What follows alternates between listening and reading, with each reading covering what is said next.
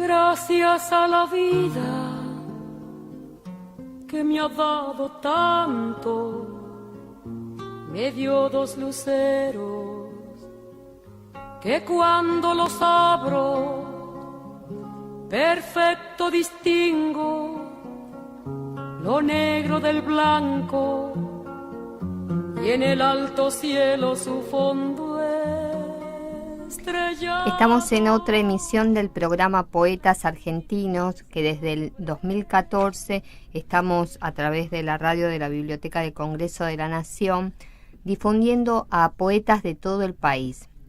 Desde Jujuy a Tierra del Fuego empezamos a conocer a todas aquellas personas que escriben poesía en cada ciudad, en cada pueblo, y lo bueno es poder tener una charla intimista que nos cuenten cómo llegó la poesía a cada uno, qué es la poesía, se puede cambiar el mundo a través de ella, es una utopía, como una vez un poeta dijo de armar una asamblea de poetas. ¿Es posible eso? Bueno, hoy vamos a charlar con un poeta que es de Buenos Aires y reside en Córdoba. Se llama Leandro Calle. Quien les habla, Claudia Inchil, en la producción Camila Zúñigo y en la operación técnica Lucas Tomasetti. Leandro Calle nació en Zárate en 1969. Reside en Córdoba. Es licenciado en Letras y en Teología. Profesor de Estética y Literatura Latinoamericano en la Universidad Católica de Córdoba. Profesor de Seminario Interdisciplinar en la Facultad de Educación. Entre otros libros publicó Tatuaje de Fauno, Una luz desde el río, Los elementos, Pasar, Noche extranjera, Entonces, Blasfemo, Animalia urbana. Hizo traducciones a otras lenguas, en francés, ahora nos va a contar bien todos los libros. Su obra ha sido parcialmente traducida al inglés, al checo y árabe. En esta última lengua por el escritor marroquí Chaoui.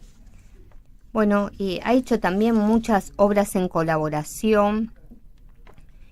Su poesía fue traducida parcialmente al inglés, como ya dije, y dirige para Acción Editora la Biblioteca de Autores y Temas Marroquíes.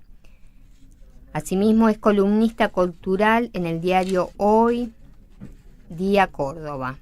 Participó en varios festivales de poesía, entre ellos el 8º Festival de Poesía de Buenos Aires en el 2012, el primer Festival de Poesía de Mendoza en el 2013, después en un festival en Canadá en octubre del 2015. Hola Leandro, ¿cómo estás? ¿Cómo estás? Muchas gracias por el llamado a ustedes y saludos. Yo me olvidé, Lucas es uno de los que está ahí y hay otra chica, no me acuerdo el nombre, pero bueno, saludos a los tres. Bueno, muchas gracias por el llamado. Acá todos te saludamos y bueno, te mandamos un abrazo desde Buenos Aires. Bueno, muchas gracias.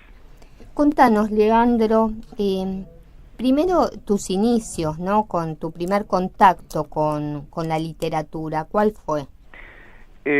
Bueno, es un inicio un poco divertido porque mi madre es aún hoy una gran lectora de Neruda.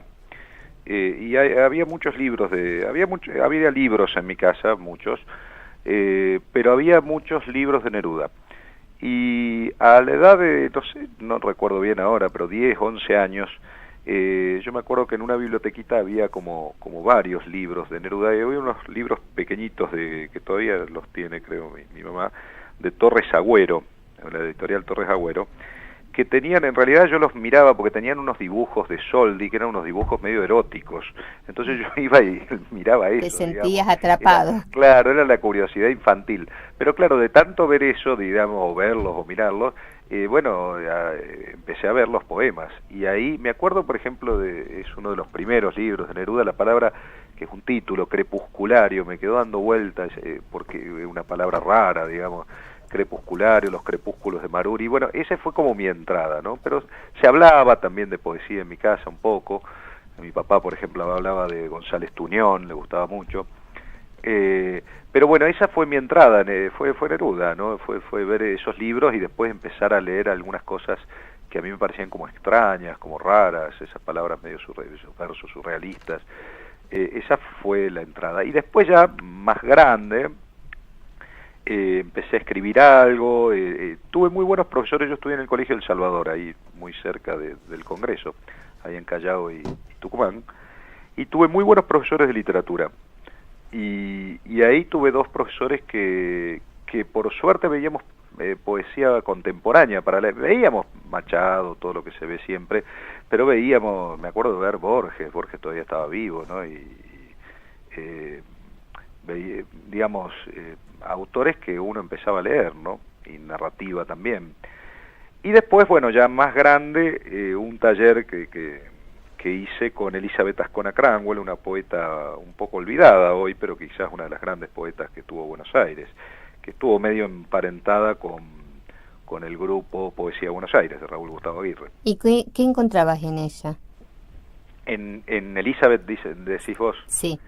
Elizabeth era una persona muy mágica. Yo ahí ya escribía y quería formarme un poquito más literariamente, entonces, bueno, hice un taller con ella de varios años, 3 años estuve, y para mí me formó mucho porque yo mi lado anglosajón no lo tenía muy cultivado en la lectura y ella venía de ese lado, digamos. Entonces, por ejemplo, leer toda esa poesía de Wallace Stevens, Eliot, Gerard Manley Hopkins, poesía que yo no tenía mucho en mi digamos, a mis espaldas, no la había leído, yo venía más de lo argentino, español y francés, ¿no?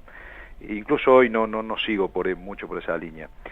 Y era ella era un personaje, era su manera de dar los talleres, su manera de leer y su generosidad. Por ejemplo, yo conocí a Olga Orozco a través de ella, ¿no? Es decir, un montón de poetas que iban, que nos ponían en contacto, lecturas.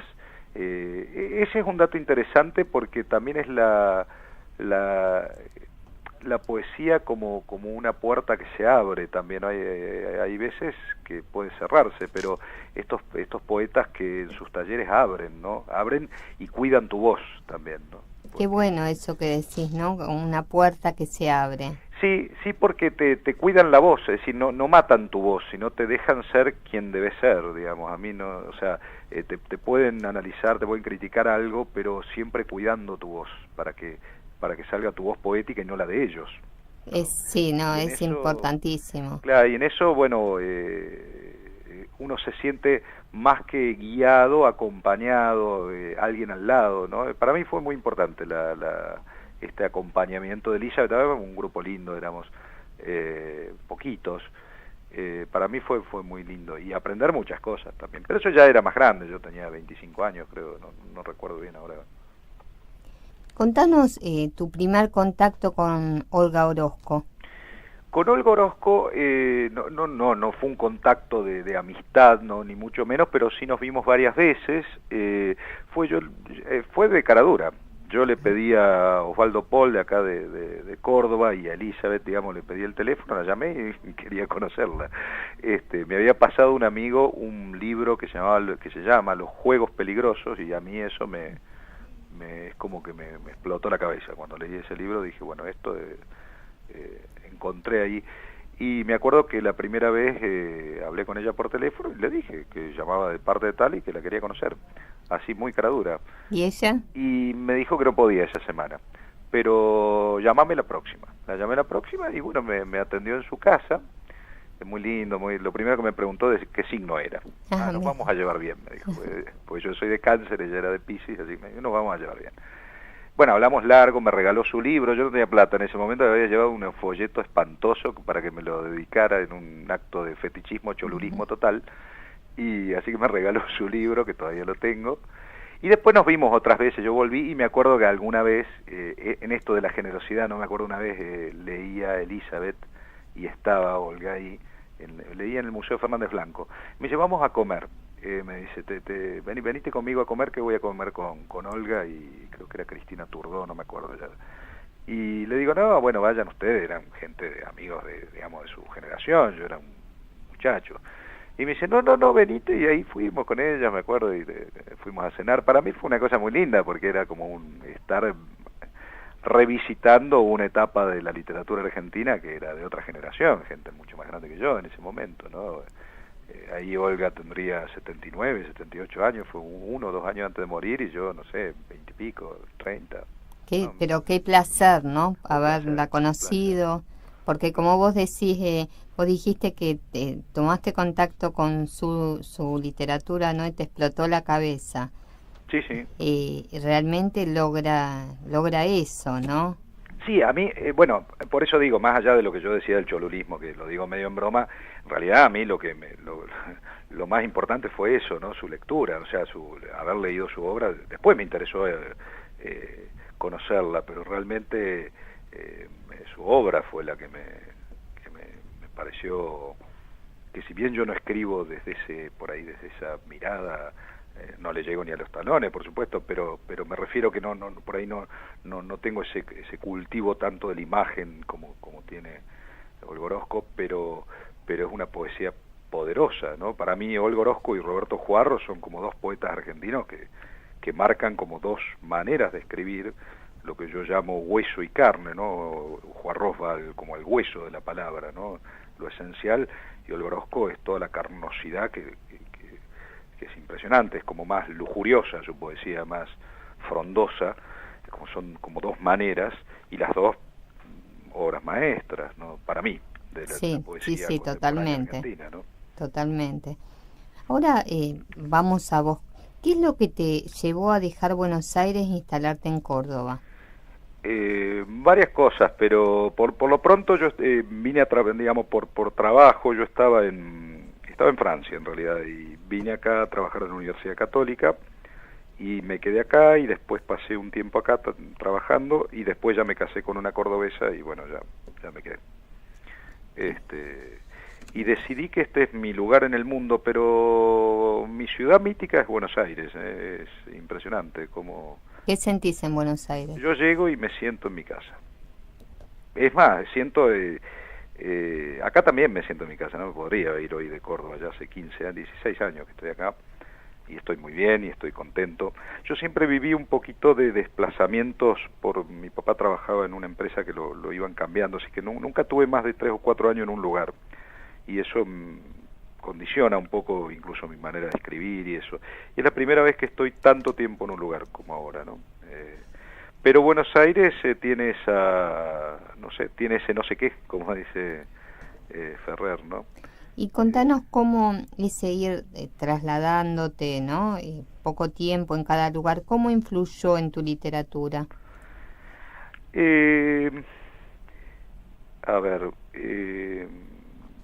Influyó en el sentido de que primero, digamos, la riqueza de conocer diferentes cosas, pero la sensación de desarraigo, ¿no? Es decir, yo por ejemplo siempre digo, es muy típico acá en el clima del folclore, o de eso de volver al pueblito, volver al barrio en el tango. Yo tengo que volver como a 14 casas en mi infancia, entonces de alguna manera la raíz la tengo como muy dispersa, digamos, ¿no? Entonces el desarraigo puede llegar a ser uno de los hilos por ahí de donde está mi poesía, ¿no? Por ahí, el tema del desarraigo. Entonces la pregunta es dónde arraigar, ¿no? Y bueno, tal vez la palabra sea un lugar donde echar raíces, la poesía en este caso, ¿no? ¿Te acordás de lo primero que escribiste? Lo primero no me acuerdo, y tampoco quiero acordarme porque era espantoso. Y tenía 12 años. Yo vivía en Salta y me acuerdo que fuimos a Bariloche por 7º grado, fuimos allá, todo un viaje eterno, porque imagínate, de Salta a Bariloche en colectivo. Y no sé terrible. Horrible, espantoso. Yo ni me di cuenta, pero me imagino que debe haber sido horrible. Y ahí fue la primera vez que tengo memoria de haber escrito algo así. Pero no recuerdo ni sé dónde quedó eso, no quedó en ningún lado, pero sí me recuerdo digamos que escribí. varias cosas, ¿no? Y fíjate, es un desarraigo, era como la primera vez que me iba solo fuera de mi casa, tenía 12 años, 12, 11, no me acuerdo, 12. Y después ya, bueno, sí, después otros poemas que vinieron, pero no, sí, que después se fueron como perdiendo, ¿no? Como diseminando en otras cosas, ¿no? ¿Vos tenías en claro que te ibas a dedicar a escribir? Contanos, ¿cómo...? Porque a veces uno le puede gustar mucho la literatura, sí, pero no necesariamente escribe. Sí, no, después empezó, digamos, fuertemente el proceso de escritura. Yo mi primer libro lo saco en 1999, hago algunas publicaciones antes en otro formato, otras cosas, pero mi primer libro, que de hecho es Elizabeth quien hace el prólogo, lo saco en 1999, yo ya tenía 29 años, 30 años, 29, no me acuerdo cuándo salió el libro. Y sí, yo, digamos, la escritura está como ligada a la lectura también, y la poesía, yo lo que siempre digo es que no sé bien qué es la poesía, pero lo que sí sé es que hasta ahora no he podido vivir sin ella, es decir, siempre está, siempre da vueltas, o en la lectura, o en la escritura, o en la relación con los poetas, pero y ya llevamos algunos años juntos, entonces es muy difícil, ahí está, siempre aparece, no sé bien cómo definirla, no sé si es definible, pero lo que sí sé es que es parte de mi vida, digamos, algo que es vital en mí, al menos hasta ahora. ¿No podrías vivir sin ella? Yo creo que no, por lo menos hasta ahora. O sea, por ahí sí, qué sé yo, no sé.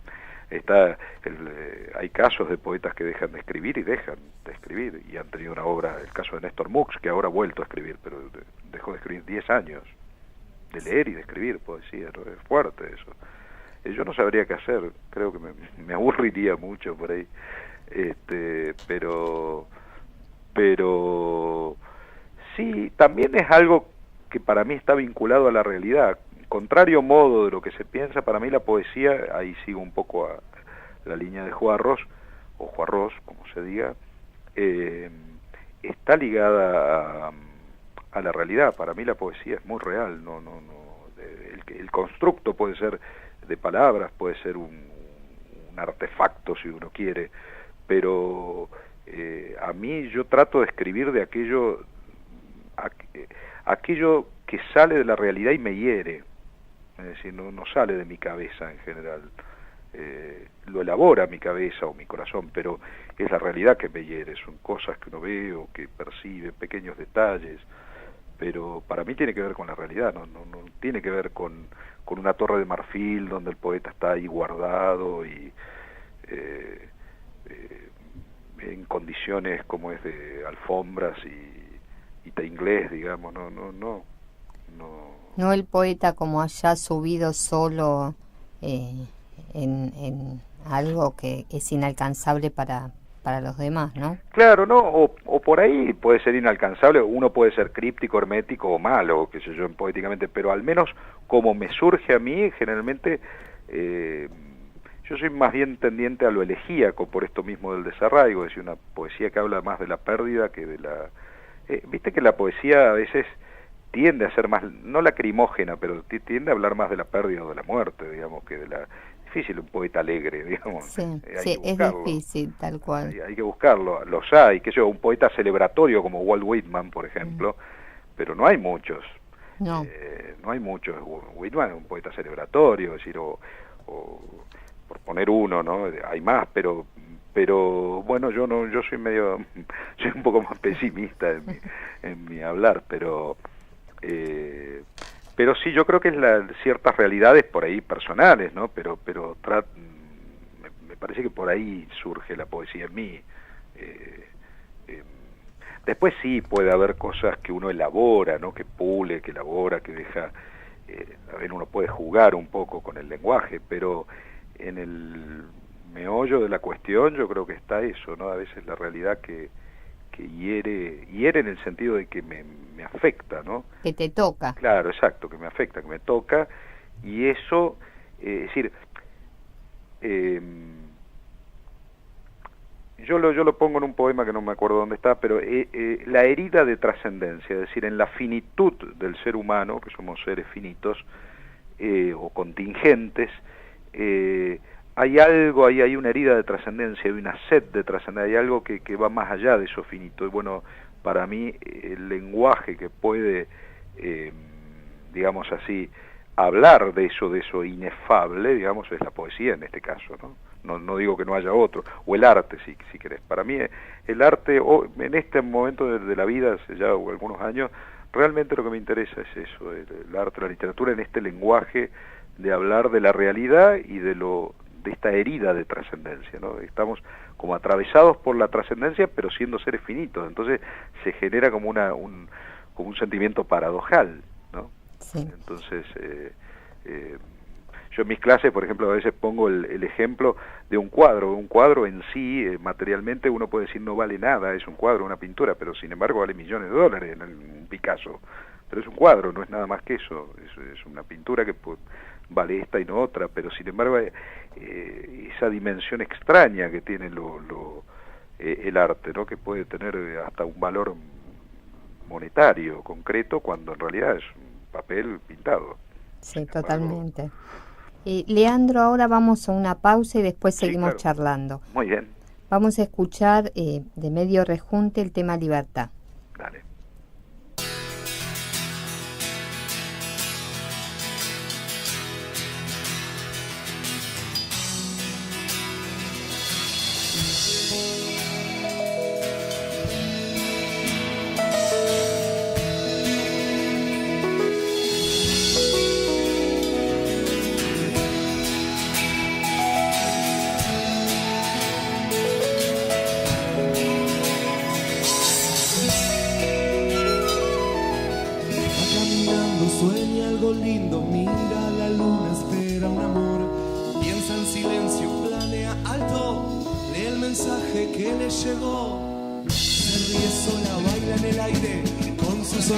Pinta una flor, brilla una estrella dentro de su alma y una mañana nació. Quiere sentir el silencio, quiere latir junto a vos, quiere abrazar el misterio que hechiza la noche de su corazón. Vamos los de arriba también, dale.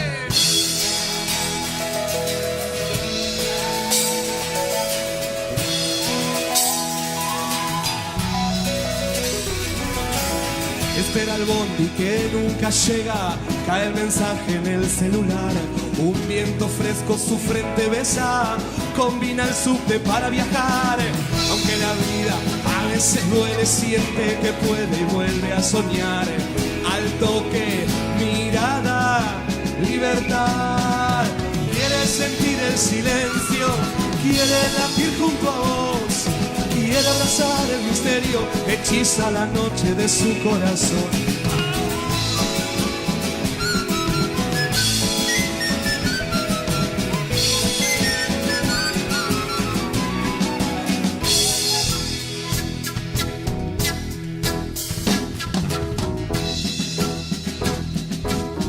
A ver las palmas.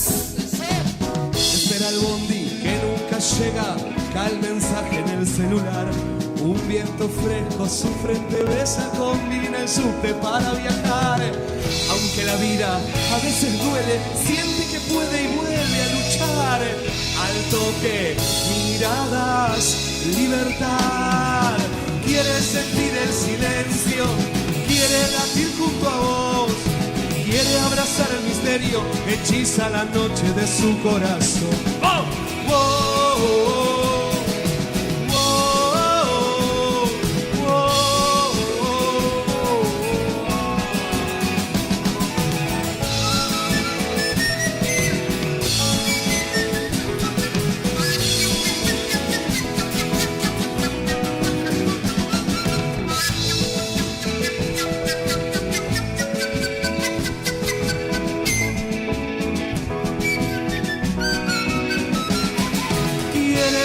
El silencio, quiere latir junto a vos, quiere abrazar el misterio, hechiza la noche de su corazón. Quiere sentir el silencio que hechiza la noche de su corazón. Oh.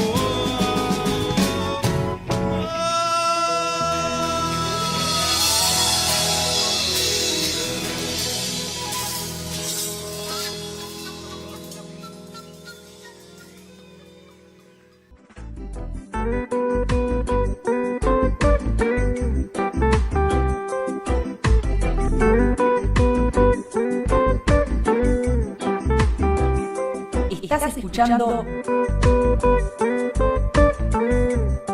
BCN Radio, la radio de la Biblioteca del Congreso de la Nación.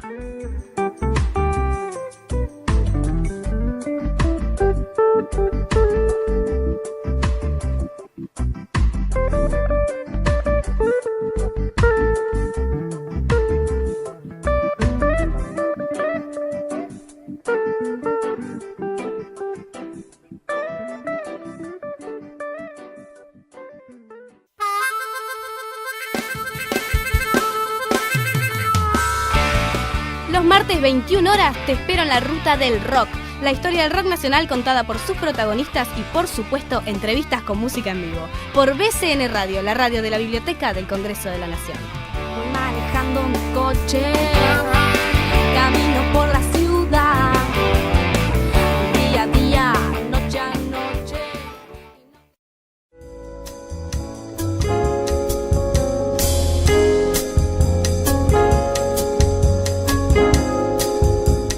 BCN Radio, BCN Radio. Un espacio para compartir información y cultura.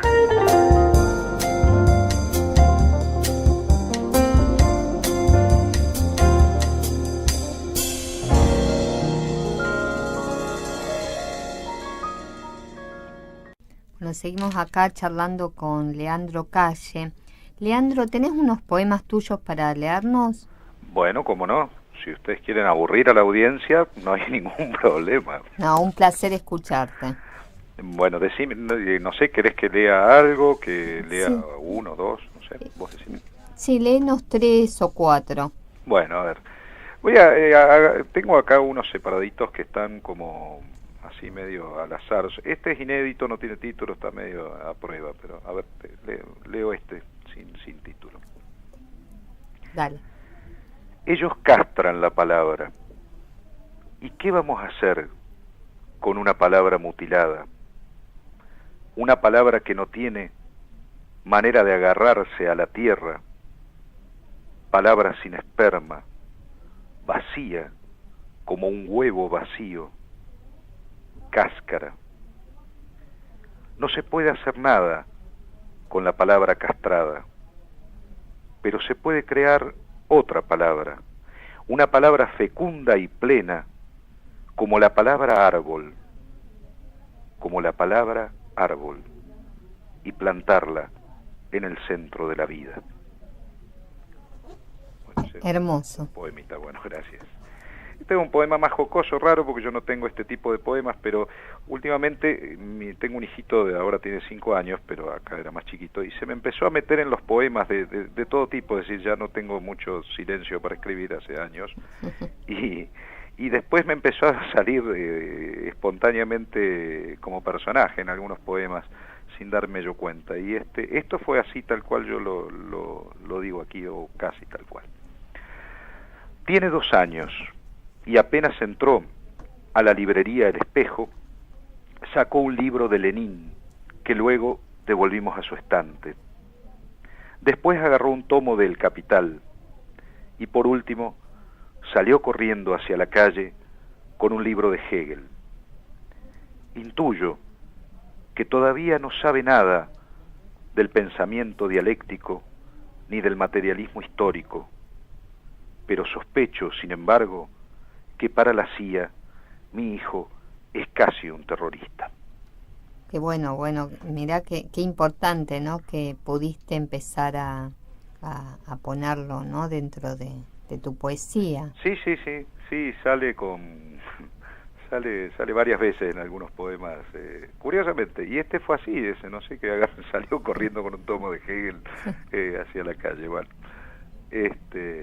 Y este es un poema viejo que yo casi no leo, pero que me sigue gustando. Habla un poco del desarraigo, justo cuando me iba a ir, estaba en Buenos Aires, me iba a hacer unos estudios a Francia y escribí esto, que a mí me sigue gustando, un poema como menor, digo yo, pero en algún sentido para mí, pero a mí me gusta, se llama Despedida. Tengo todas las certificaciones necesarias para realizar el viaje. Pasaporte al día, visa, traducción al correcto francés de todos los documentos pertinentes. La burocracia ha sido un ejercicio de paciencia. De más está decir que todo papel, todo sello, todo trámite tiene un precio a pagar. Sin embargo, nadie quiso examinar mi corazón, ni sellarlo, ni traducirlo. Yo tampoco he querido. Lo voy a pasar de contrabando. Me encantó. Bueno. ¿Y tenés otro? Y este, a ver, este es un poquito más largo, ¿puede ser? Sí, sí. Este es un poema raro en algún aspecto. También son inéditos. Te estoy leyendo inéditos porque a veces es mejor. Uno los va como probando, los inéditos. Se llama El ahogado este. La violencia del agua llegó a la isla para llevarlo todo, hasta el último suspiro. Y así también se llevó la vida de aquel chico. Entonces miramos el agua marrón de la inundación y supimos que en su estómago de barro había un cuerpo. Pero ¿dónde? ¿Dónde buscar en esa masa de agua? Una mujer trajo un pan. Dijo que había que tirarlo al agua, que allí donde flotara estaría el cuerpo. Alguien arrojó el pan al agua, primero se hundió, desapareció y luego salió a flote. Entonces algunos se lanzaron al agua y comenzaron a buscar. Toqué algo, dijo uno de los hombres. Se sumergieron varias veces. Hay mucha corriente, dijo otro. Apareció una soga y otra vez se sumergieron. El chico estaba hinchado y el agua de la orilla le besaba las uñas, como diciendo, no me olvides, como diciendo, gracias por el pan. Qué buen poema. Decime, para los oyentes, ¿vos tenés alguna página web que la gente te pueda leer? No, tengo mi Facebook, solamente ahora que se usa un poco eso. No tengo página web, no. ¿Y tu Facebook cómo se llama? Tengo un homónimo, con unas fotos extrañas, así que no soy yo, por las dudas. Leandro Manuel Calle, que es mi segundo nombre, Leandro Manuel Calle. Así que bueno, el que quiera conectarse con Leandro, con todo gusto. Lo busca en Facebook. Ahora hablanos de cada uno de tus libros, cómo se llaman, cómo surgieron y la temática de cada uno de ellos. ¿Cómo no? Bueno, Tatuaje de Fauno yo lo considero que es un libro, que es un poema, además del título es un poema. Es un libro un poco fruto de ese taller con Elizabeth, y es un libro para mi gusto ya más adolescente en algún punto, adolescente en el sentido de su lenguaje, por ahí más bueno, como todo primer libro que uno también pone un poco, quiere poner todo y a veces no es un libro del cual me arrepiento, es un libro que nunca leo, que nunca leí, incluso ni siquiera lo presenté, yo creo. Curiosamente lo presenté en Córdoba, me habían invitado a leer acá y no es que lo presenté, pero vine con el libro acá, estando en Buenos Aires, ¿no? No lo presenté en Buenos Aires. Después salió Una luz desde el río, es un libro que a mí me gusta mucho, es un Viacrucis, es decir, tiene el esquema litúrgico del Viacrucis, pero son los desaparecidos, el tema es los desaparecidos.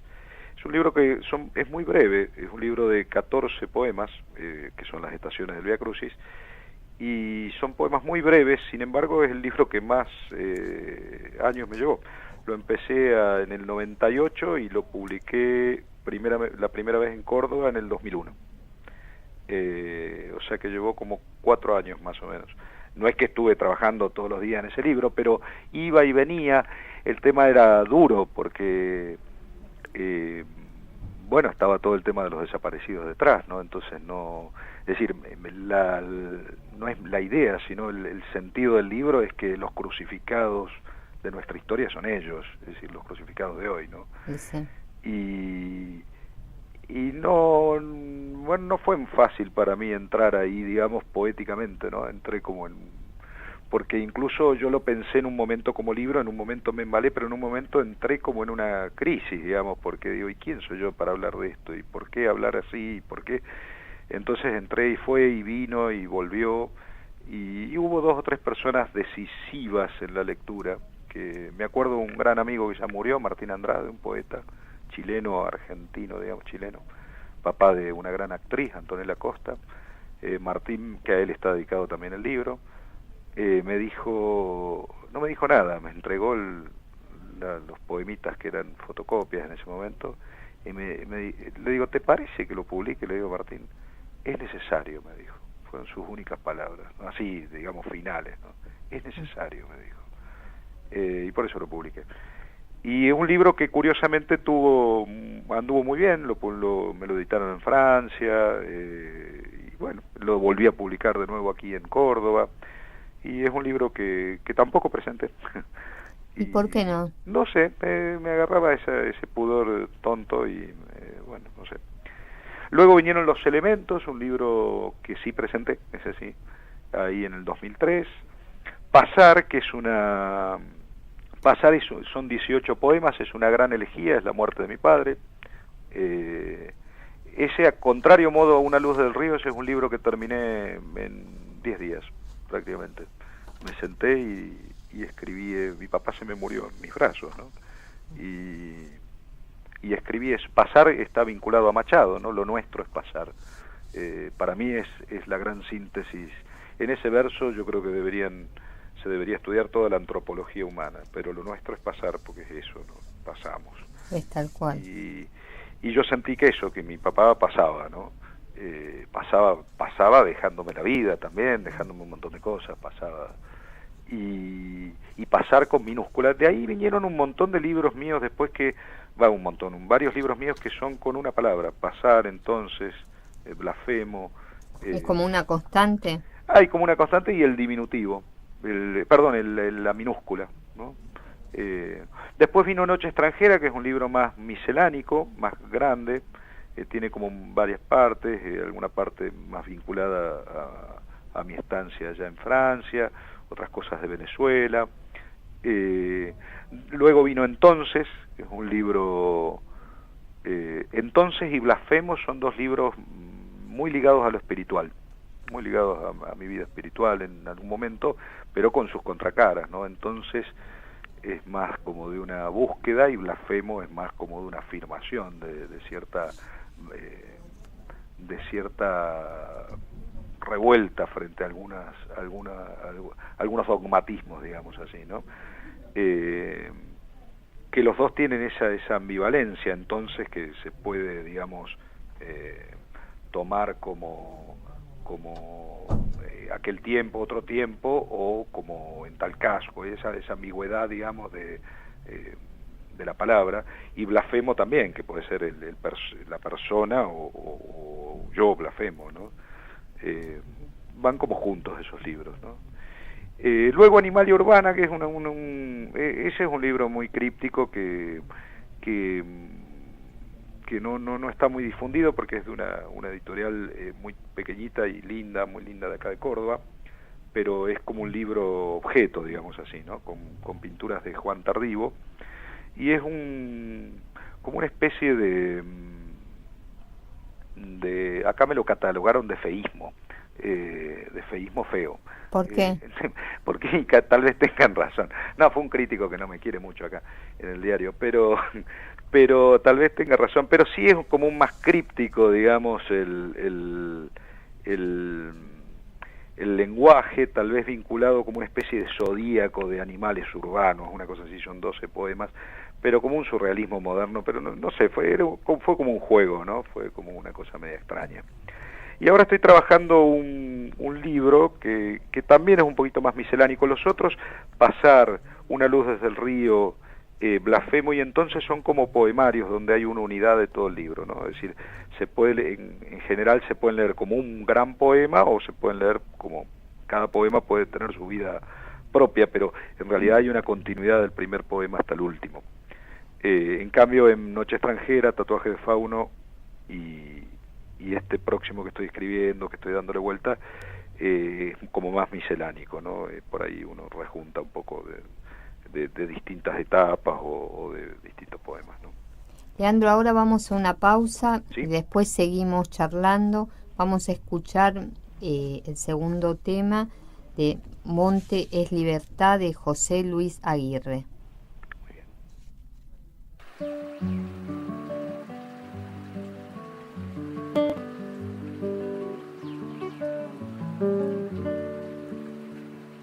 Y que el sol siga siendo vida, la lluvia y el viento, la luna también, y que siga pasando el río, puro y cantarino, como en la niñez, y que siga pasando el río, puro y cantarino, como en la niñez, y que nunca no falte tiempo pa' con unos mates sentarse a charlar, o solitos rumbear la huella y oír el silencio allá en el mollar, o solitos rumbear la huella y oír el silencio allá en el mollar. Qué bonito es vivir acá, a tu lado en las sierras, amasando el pan, trabajando la tierra, criando el amor. Los abuelos supieron, montes libertad, que no vaya este mundo a cambiar demasiado en lo que se nos fue. No vengamos más a desmontar y aprendamos a cuidar y a querer. Que despierte Madre Tierra de una vez el dormido corazón de la humanidad.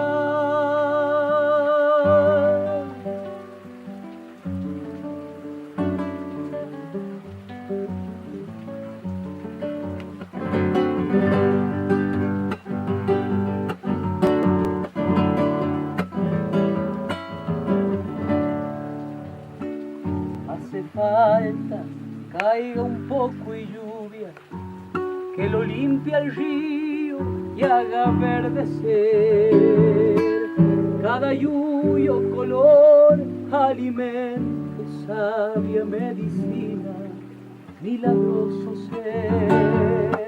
Cada yuyo, color, alimento, sabia medicina, milagroso ser. Atardece, braman las chicharras, del último rayo la piedra es portal, que abre magias y deja en la madre agüita pa' todos, luz de manantial, que abre magias y deja en la madre agüita pa' todos, luz de manantial. Qué bonito es vivir acá, a tu lado en la sierra, amasando el pan, trabajando la tierra, criando el amor. Los abuelos supieron, montes libertad, que no vaya este mundo a cambiar demasiado en lo que se nos fue. No vengamos más a desmontar y aprendamos a cuidar y a querer. Que despierte Madre Tierra de una vez el dormido corazón de la humanidad. Que despierte Madre Tierra de una vez el dormido corazón de la humanidad.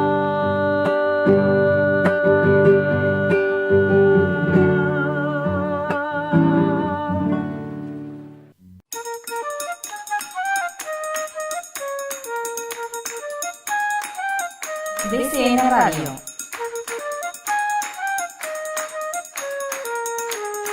Información y buena música.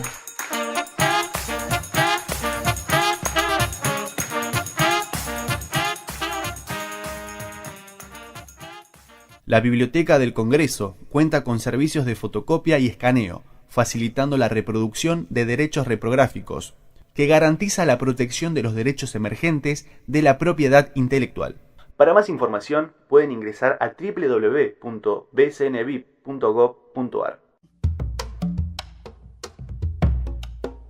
BCN Radio.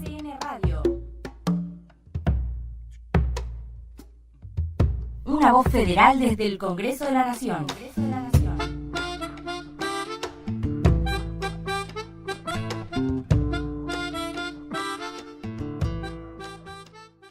Bueno, seguimos acá charlando con el poeta Leandro Calle. Leandro, antes que nada de seguir con la entrevista, mira acá tengo un invitado poeta para el próximo programa y te manda muchos saludos, que es Marco Silver. Ah, sí, bueno, justamente con Martín Andrade, que yo lo nombré Martín Andrade, el gran amigo de Martín Andrade, yo lo conocí a Marcos en la casa de Martín Andrade. Bueno, un gran abrazo para Marcos, un poeta enorme, Sí. Enorme, que creo que no sé si le agradecí todavía el haberme mandado bajo continuo, creo que sí, que lo llamé por teléfono, que me lo mandó hace un tiempo. Así que un placer escucharte a vos por teléfono y tenerlo acá personalmente en la radio. Que venga, que no sea cobarde. ¿Qué dice Marcos? Dice que vengas, que no seas cobarde. Estoy yendo poco, Buenos Aires, estoy yendo poco, es cierto, estoy yendo poco. Un gran abrazo. Mira, la última vez que nos vimos, decir a Marcos, fue en un subte, me acuerdo. En un subte, me acuerdo perfectamente. Mire, pero de casualidad. De casualidad, encontrarnos en un subte. No sé si él se acuerda, pero... Bueno, esas cosas del destino, ¿no? Así es. Leandro, volviendo a tus textos, ¿cuáles son los ejes? Vos hace un rato hablaste de uno de tus libros, de lo que significa pasar, ¿no? Contanos, vos, ¿qué ejes tenés que sentís que vas repitiendo y que son una constante? Sí, por ahí yo no sé, la verdad que no sé así... No los tengo, no sé si los tengo tan claros, pero siento que hay cosas como lo que te decía, el desarraigo es uno, está siempre presente, pero porque está presente en mi vida, digamos, o estuvo muy presente de niño, de adolescente. La sed, pero la sed de esta trascendencia que yo te decía en la finitud, esa tensión entre lo finito y lo infinito es una constante para mí. La muerte, pero la muerte no en el sentido oscuro, pero la muerte en el sentido de que, como la pregunta, ¿cómo nos vamos a morir después de todo lo que estamos viviendo, de lo que significa la vida? ¿Por qué nos morimos? O sea que esa pregunta de la muerte, ¿no? Por eso lo elegía, a mí lo elegía, me puede, digamos, me va por ahí, soy más por esto mismo del desarraigo, la pérdida, lo social, ciertos aspectos de lo social, del dolor, de la pobreza, por ahí, sí, eso también es una cosa que por ahí está siempre presente, digamos, que sale, ¿no? Cierta cosa que está como de lo popular, por ejemplo, este poema que yo te leí del ahogado, ¿no? Sí. Eso fue un comentario de un amigo mío que estaba en Alto Verde, en Santa Fe, y se había ahogado un muchacho, y entonces él fue a ayudar y me dice, mirá, tiraban un pan, alguien dijo, tiren un pan, que donde el pan flote, ahí lo van a encontrar. Y así fue. Y eso me lo comentó, y yo 15 años después escribo este poema, porque me quedó dando vueltas eso del pan, o sea, no sé por qué y yo decía, alguna vez voy a hacer un poema con esto, y 15 años después, 15 años después, me quedó esa imagen del chico ahogado, no sé, pero es una imagen, ¿no? La tenías internamente hasta que la pudiste trasladar al papel. Claro, ahí dando vueltas, y hasta que un día, no sé, la escribí y bueno, salió. Pero sí pero creo que el gran eje es el desarraigo, pero en un sentido de búsqueda, no de victimismo, de decir, la muerte, sino de interrogante, ¿no? De interrogante, de erotismo, yo te diría incluso, de cierta fruición que aparece frente a lo que se va perdiendo, a la necesidad de quedarse, ¿no? Es decir, yo creo que el arte o o la cultura, si se quiere, es conjurar la muerte. En definitiva, hacemos todo esto porque es una manera de quedarnos. Sí. Sabemos que nos vamos a ir, entonces, una manera de quedarse, ¿no? Totalmente. Decime, ¿cómo se llega a tener una voz poética propia? Qué pregunta. Y evitando los talleres puede ser una, evitando algunos talleres. No sé, yo creo ¿Vos das talleres? ¿Cómo? Sí, yo doy algunos talleres, sí. Yo creo que, bueno, hay cuidar cierta autenticidad, o sea, es decir, con el tiempo uno puede manejar una técnica. Yo siempre pongo este ejemplo en los mismos talleres. Un soneto, vos podés escribir un soneto y no necesariamente ese soneto sea un poema. ¿A qué me refiero? Que el soneto técnicamente puede ser perfecto, es decir, puedo ejecutar una excelente rima con su métrica perfecta, pero uno lo lee y ahí no hay vida, no hay un poema, no dice nada. Es decir, entonces hiciste un soneto, pero no hiciste un poema, ¿no? Entonces, un poema, y yo siempre digo, ¿qué es un poema? Y no sé qué es un poema. Yo lo comparo con la comida. ¿Viste? Cuando vos haces, vos decís, bueno, ya está, qué sé yo, ponele, no sé, pongo un ejemplo común, haces algo a la cacerola, qué sé yo, no sé, o haces una paella, decís, ya está, ¿y cómo sabés que ya está? Y vos sabés que ya está, vos sabés, encontraste ahí, es decir, no hay una receta para hacer el asado, vos la haces y sabés cuándo está. Y con la poesía pasa un poco lo mismo, en algún momento vos te das cuenta, también se dan cuenta los otros cuando hay algo. Yo creo que la voz la vas buscando siempre, o sea, no sé si hay un momento que vos decís, esta es mi voz poética, porque uno va cambiando, y la vida lo va cambiando a uno, las relaciones te van cambiando.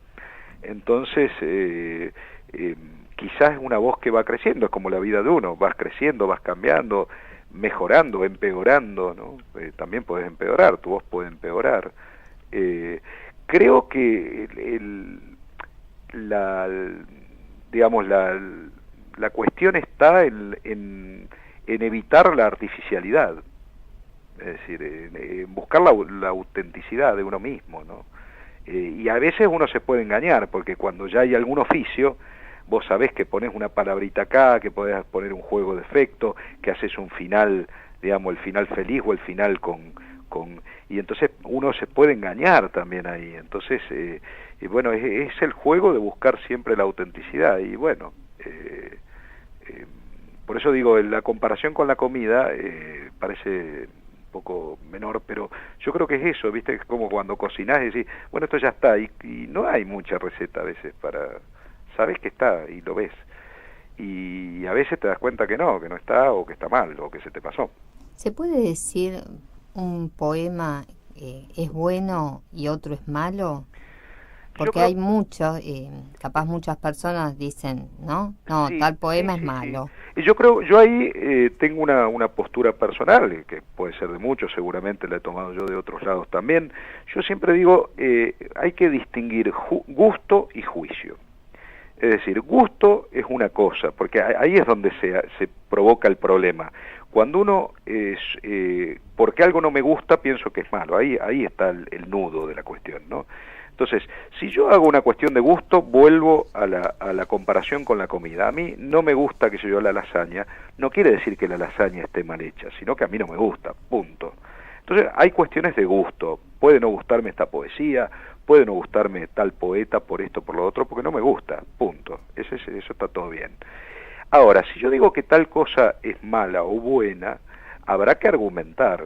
Y entonces ahí sí yo creo que hay un aspecto de la crítica o de lo académico que uno puede, por ejemplo, en un soneto, yo puedo argumentar, a ver, si este endecasílabo no es un endecasílabo y todos los endecasílabos no son endecasílabos y están mal cortados, yo puedo decir, bueno, esto es un soneto malo o es un poema malo porque evidentemente hay algo que no funciona ahí desde el punto de vista métrico. Entonces estoy juzgando con un argumento concreto sobre el poema, o de la verosimilitud que puede tener en sí mismo, o crear un mundo en sí mismo. Siempre ya desde Kant, Emmanuel Kant, el filósofo, ya lo plantea, es decir, el gran problema de la crítica del juicio, porque cuando vos tenés que hacer un juicio desde el gusto siempre es subjetivo. Totalmente. Entonces, ahí viene un poco el problema. Pero por eso yo siempre digo que lo que hay que tener presente es la distinción entre gusto y juicio, ¿no? Hay cosas que pueden no gustarme y no necesariamente ser malas o buenas. es decir, como la música, que yo me puede gustar tal autor porque me gusta, que yo, a mí me gusta Troilo en el tango, bueno, está, a otros pueden gustarle Di Sarli, está todo bien. Ahora, si yo ya digo, este músico es malo, bueno, será porque desafina, bueno, tendré que argumentar. Entonces cuando uno dice es malo, bueno, habrá que argumentar por qué es malo o por qué es bueno también. No tan por ahí técnicamente como uno puede argumentar una cuestión de ciencias duras, pero sí creo que hay elementos, por ejemplo, como este que yo te dije, si vos vas a la parte clásica de la literatura, bueno, un romance tiene sus leyes, tiene su musicalidad, sus normas. Por ahí hoy ya en la poesía más moderna y posmoderna, donde está más, digamos, donde se ha astillado o quebrado todo ese mundo más clásico, y hay como una libertad formal mucho más grande, es más difícil emitir algún juicio o argumentar, pero yo creo que también se puede, digamos, y a veces hay que ver la obra en su conjunto, porque a veces un poema sacado del contexto de una voz puede ser en un libro, a veces hay ciertos poemas que cobran sentido en un libro, dentro de un libro, o dentro de una obra, o dentro de un contexto también, ¿no? Dentro de un contexto, eso yo creo que también es necesario ver por ahí nosotros no entendemos el poema porque no entendemos el contexto, ¿no? Entonces, perdón que me sonó el celular. Está bien. ¿Será que se me trabó? Ahí está. Que tengo un... sí, perdón. Y con respecto, ponerle un poema que esté perfectamente escrito, que vos digas, bueno, sí, pero que no transmite, que no hay sentimiento. ¿Qué opinás? Es un poco subjetivo, es decir, lo que pasa es que no sé si no transmite, por ahí no me transmite a mí. Es decir, yo creo que a mi modo de ver, digamos, a veces el poema es como una botella que se tira y bueno, hay quienes la reciben y quienes no, digamos, ahí uno hace contacto o no, por esto del gusto que yo te decía. A mí a veces sí digamos, ahí puede haber como escuelas, viste, como líneas, que a mí personalmente me gusta una poesía que diga algo. A veces encuentro ciertas poéticas, digamos así, que a mí, juegos de lenguaje o cosas muy anecdóticas, digamos, que cuentan una anécdota, que a mí no me interesa, o la excesiva autorreferencialidad a veces.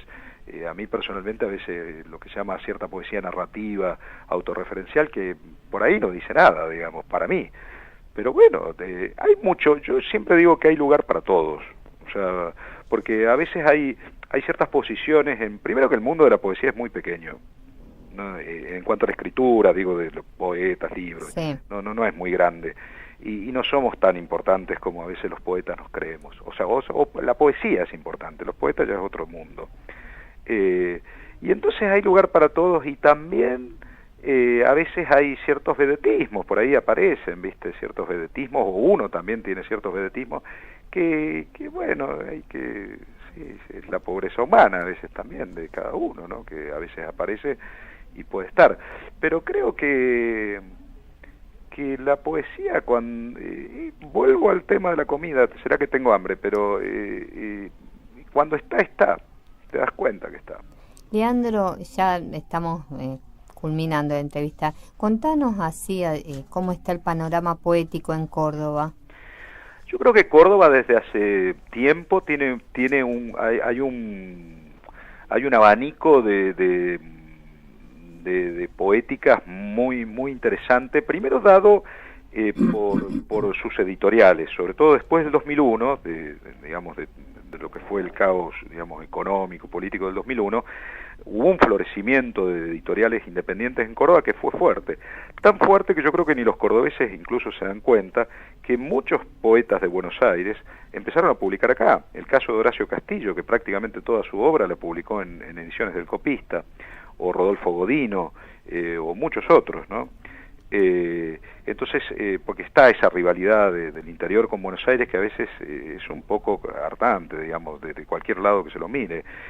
Yo creo que Buenos Aires miró muy fuertemente en un momento a nivel editorial a Córdoba. Y también, por supuesto, florecieron muchos poetas locales, incluso del interior de Córdoba, ¿no? Que yo creo que son poetas importantes.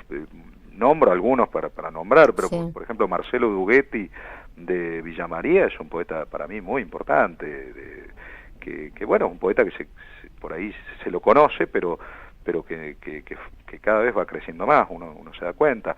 O José Di Marco en Río Cuarto, o Laura López Morales, o Guillermo Bauden, es decir, poetas, estoy nombrando poetas de 45 años para abajo, ¿no? Y después poetas, digamos, de más edad que también tienen una trayectoria importante. Y hay mucha poesía en Córdoba, para mi gusto, de muchas formas, de muchas líneas poéticas, ¿no? Festivales de poesía, por ejemplo, el Festival de Poesía de Córdoba, el Festival de Poesía de Río Cuarto, el Aguante Poesía, que han generado muchos encuentros, o el encuentro de poetas con la gente, por ejemplo, de Cosquín, que ha generado un encuentro de poetas de varios lugares de Argentina que es importante. Creo que Córdoba tiene un abanico interesante de poetas para ofrecer, y los tiene. Y creo que eso pasa en muchos lados del país, ¿no? Es decir, no pasa solo acá, es decir, pasa en muchos lados, que hay que irlos descubriendo. Programas como el tuyo, de paso agradezco lo que estás haciendo porque es interesante, es decir, un espacio de 1 hora que hable un poeta es raro. Es raro. Es más raro. Por eso realmente gracias, porque digo, realmente es una visibilización a veces que bueno, que por ahí los poetas no la tenemos mucho. Y es importante, ¿no?, que se conozcan todas las voces poéticas de acá del país, ¿no? Y que hay muchísimo, y bueno, un placer haber charlado con vos, Leandro, y este espacio queda abierto para seguir hablando de poesía. Bueno, muchísimas gracias por la invitación, por la calidez del programa, y saludos a Marcos ahí, un gran abrazo. Un abrazo grande. Muchas gracias, Claudia. Un beso. Un beso. Bueno, nosotros nos volvemos a encontrar la semana próxima en este programa que difunde poesía argentina a los poetas argentinos. Hasta el próximo encuentro. Chau.